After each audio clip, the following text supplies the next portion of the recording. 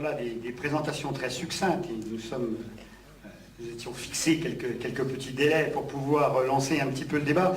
Alors, je suggérerais bien évidemment que la salle puisse prendre la parole et que vous puissiez poser des questions.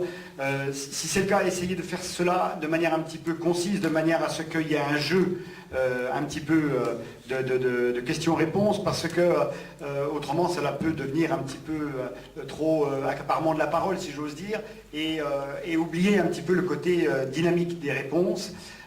On va commencer tout de suite dans notre deuxième point peut-être et globaliser un petit peu les questions à la fin de ce deuxième point avant de faire notre petit focus sur le Mali. Tout à l'heure, dans la présentation, Vincent Hugeux disait trouver la bonne distance à l'égard de l'Afrique. Je crois qu'effectivement, il est important de la trouver sur le plan présent, mais aussi sur le plan de l'histoire. Cette mise en perspective historique à laquelle M. Hugon tout à l'heure faisait allusion paraît être le bon premier point d'accroche de cette histoire qui est en train de se faire et de ces 50 années d'indépendance. Alors peut-être pourrions-nous commencer par un regard croisé en vous laissant totalement la possibilité d'intervenir dans une sorte de débat et non pas de monologue qui se suivraient les uns derrière les autres dans une quinzaine, vingtaine de minutes. Tentez de faire un bilan de ces 50 années qui viennent de s'écouler depuis 1960 jusqu'à aujourd'hui, ces 50 années d'indépendance des pays, on va dire du continent africain de manière très très large, quitte à peut-être centrer un petit peu le débat, mais sur deux tons, le bilan, on va dire, sociopolitique dans un premier temps et le bilan socio-économique. Bien évidemment, c'est très difficile de séparer les deux choses. Je crois que l'un comme l'autre, vous êtes en capacité de pouvoir mélanger tout cela et de rendre les grandes tendances de ces indépendances. Et à la suite de ce premier point de présentation, on peut ouvrir, si vous avez des questions, un certain nombre de réflexions et de réponses, de questions, de suggestions. Et je crois que ça pourrait être un bon premier point.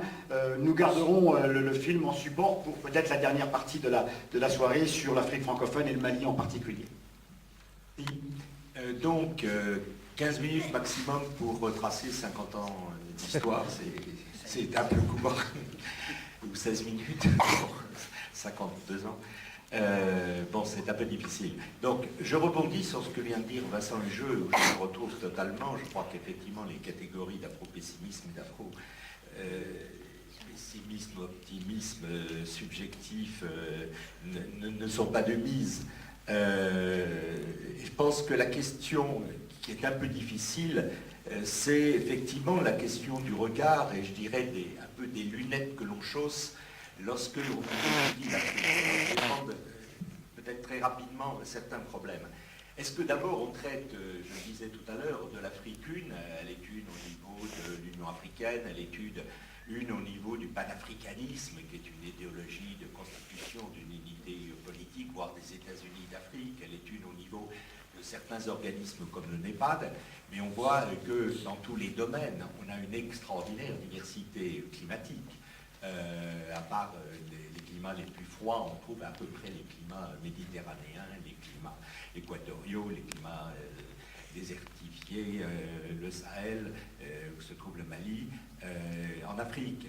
Une extraordinaire diversité sur le plan démographique. Globalement, l'Afrique, effectivement, connaît une forte croissance démographique, mais il y a des zones où la baisse de la fécondité a été réalisée depuis à peu près une quinzaine d'années. Et donc, on est pratiquement à 3 enfants par femme, alors que d'autres pays, je le disais tout à l'heure, n'ont pas enclenché encore leur transition démographique. Sur le plan des structures sociales, on a des régimes extrêmement différents de structures sociales. Il y a, c'est vrai, un point important de l'appartenance ethnique ou d'une appartenance ethno-nationaliste qui existe parce que la constitution de la citoyenneté est moins achevée dans certains pays qu'elle ne l'a été dans les pays d'Asie ou dans les pays d'Europe. Mais en même temps, on s'aperçoit qu'il y a des situations totalement différentes. Il y a des sociétés claniques, il y a des sociétés qui sont plutôt à groupe statutaire stratifié. Et quand on prend la question du Mali, par exemple, où il y a effectivement des problèmes ethniques qui existent, on peut se définir comme étant peu comme étant d'embarras. Il y a aussi une manière de traiter l'ethnicité au Mali, où on plaisante, comme on plaisante dans les parentés à plaisanterie, on plaisante sur sa propre ethnie pour la dépasser dans un comportement citoyen. Donc, si on prend les régimes politiques, on reviendra dessus, on a une extraordinaire hétérogénéité aussi, même si c'est vrai, il y a une expression qu'utilise Achille Mbembe, qui est celui des satrapes. Je crois que c'est une bonne expression pour caractériser des pouvoirs personnalisés avec dépenses ostentatoires et confiscation du pouvoir par un certain nombre de présidents à vie ou de régimes héréditaires. Mais ceci étant, on a des situations différentes. Et le Mali est quand même, depuis la sortie du régime militaire notamment, est quand même une démocratie, même si elle n'est pas une démocratie complète, on l'a vu par rapport à l'emprisonnement tout à l'heure des syndicalistes de Huitoma, mais on est dans une situation où les régimes politiques ne sont pas totalitaires en tout cas. Bon, deuxième problème, est-ce qu'on va traiter l'Afrique vue d'en haut, c'est-à-dire est-ce qu'on va la comparer un peu avec les autres pays du monde, on va avoir des élèves dans la classe internationale, on va mettre des bonnes notes, et puis on va voir qu'il y a des mauvais élèves de la classe internationale dont font essentiellement partie, c'est vrai, la plupart des pays africains quand on prend ce critère. Et donc on va voir qu'en termes de niveau de corruption, en termes d'indicateurs du développement humain, en termes d'indicateurs économiques, on a plutôt des élèves mal classés, même si certains sont un peu mieux classés que d'autres. Ou alors est-ce qu'on va prendre au contraire une démarche qui correspond davantage à ce qu'on a vu dans le film, c'est-à-dire une démarche qui part du bas, des dynamiques et qui voit comment les populations trouvent des réponses à un certain nombre de défis, en sachant qu'elles le trouvent souvent par ce qu'on appelle l'informel, qui est un mot un petit peu passe-partout et qui ne veut pas dire grand-chose.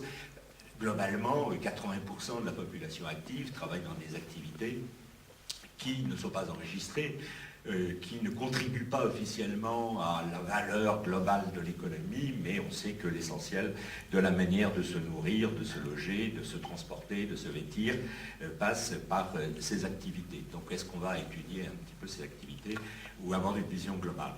Il y a également le fait, est-ce qu'on va étudier un petit peu les sociétés par des indicateurs un petit peu conjoncturels, ou est-ce qu'on va essayer de les comprendre beaucoup plus en profondeur dans leur historicité? Je crois que les démarches diffèrent. Si on est dans le champ du politique, on peut évidemment prendre des critères. Est-ce qu'il y a des démocraties qui passent par des élections, et donc est-ce qu'il y a une transparence des élections, ou est-ce qu'il y a un multipartisme? On peut avoir ces critères, mais les structures de pouvoir sont souvent beaucoup plus ancrées dans des histoires longues. Et donc souvent les pouvoirs ont plusieurs légitimités. Ils ont une légitimité par rapport à l'extérieur, par rapport à la communauté internationale, mais aussi par rapport à des rapports de pouvoir qui sont pris dans une historicité longue.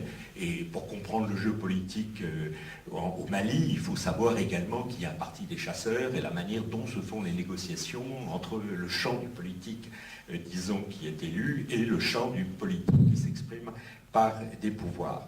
Donc on a toujours cette question de focalisation qui se pose.